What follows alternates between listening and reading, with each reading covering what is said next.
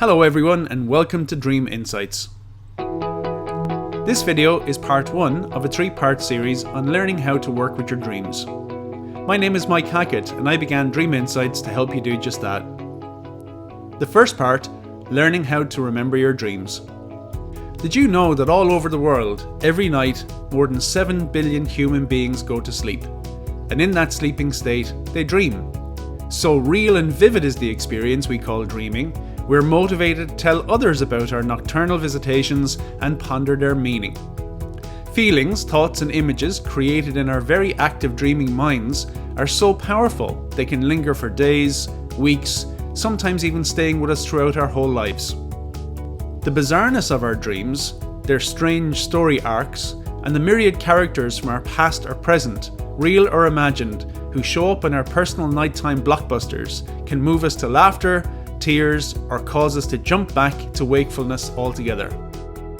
Though often fascinated by dreams, many people will either admit to not dreaming at all or having little or no recall of their dreams. So why is this?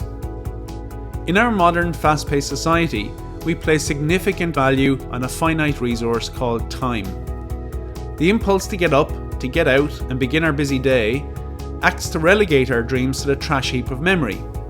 We don't take the time and therefore don't create an intention to remember our dreams. Thus we become very used to forgetting them. Dreams can often present as strange and bizarre. People, places, situations, locations even, seem to be thrown together into an outwardly meaningless soup. We tend to rationalize when we don't understand something and can discount our dream experience as weird curiosities. Many of our dreams can also be quite ordinary. These dreams help us integrate what's happening in our waking lives into medium and short-term memory. These dreams seem mundane, and therefore our grip on them loosens quickly when we wake. Deciding to work with your dreams requires an openness to raising your awareness of the current state of your life, your relationships, your career, your family. Because our dreams often signal important information to us about this state of our lives, we can often resist embracing that information because it may require us to change our view of ourselves or others, or make changes in our lives which may be difficult. It's natural to resist change, reducing our awareness and prioritizing other things to avoid how we feel when we stop and consider our lives. The next block is fear.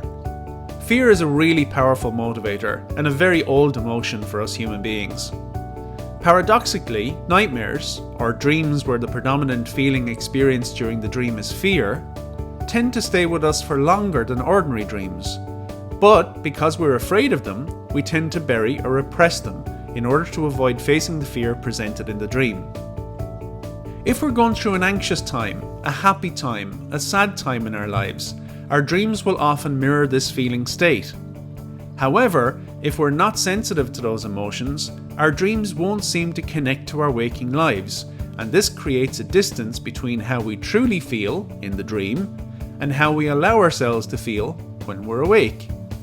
Developing our emotional sensitivity will help us remember our dreams better.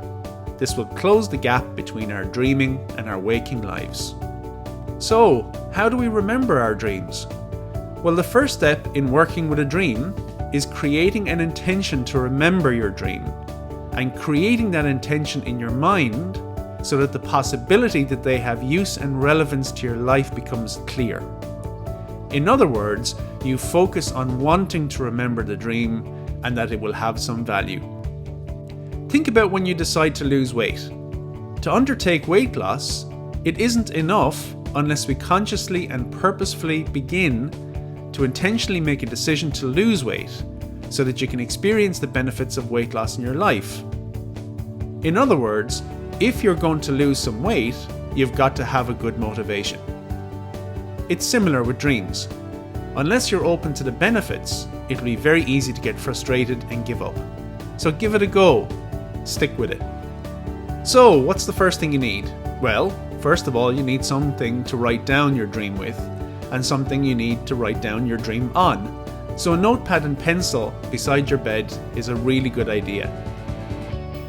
Having it beside your bed is also important because this creates an association in your mind as you head off to sleep between your journal and your intention to dream. The second point is when you wake up, don't move. This is really important. Staying completely still in your sleeping position helps you drift back and think about what you were just dreaming. Gently ask, what are you feeling now? Use an emotion word though, not a physical word. Many people make the mistake of writing tired or exhausted or some kind of physical experience. The best way is to use an emotional experience, focusing on what you were feeling as a result of the dream. Did you awake feeling happy, free, joyful, worried, anxious, and so on? Allow your mind to drift back to what you were just dreaming. This may have been your most recent dream or one from earlier during the night. Don't force it, gently does it. As you get better at this, you'll find your recall will increase over time. Try not to get frustrated if you can't seem to catch a lot of the dream. Again, this will improve over time. What you remember can be as straightforward as one person, one place, one thing, one situation, one event, and the feeling which accompanies it. You don't need to have a lot of detail to work with a dream. Next, resist the temptation to analyze any images or dream fragments which come to you as you allow your mind to drift. Be patient. At this stage, it's more important to recall as much as you can, rather than at this point understanding what you're remembering. Finally, when you believe you have as much as you can remember, collect your journal, your pen or pencil, and write down as much as you can before the dream fades from your short-term memory. Once it's on paper, you can't forget it. If you have a really long dream, use little drawings instead of lots of words, as the drawings will help speed up the capture of the dream and give you a visual reference when you later work on the dream. And that's it. There are the tips and tricks for remembering your dreams. It's up to you now, so why not take some time to practice? Think about the last dream that you had. Write it down. Try not to analyze, take your time. This will take a little bit of practice, as I said. I hope you've enjoyed the first part of this video series. As always, I'd love to hear from you in the comments section or via our website at dreaminsights.net. For more videos, including the next two sections, please hit the subscribe button. I look forward to seeing you back here for part 2. So until then, I wish you a good night and sweet dreams.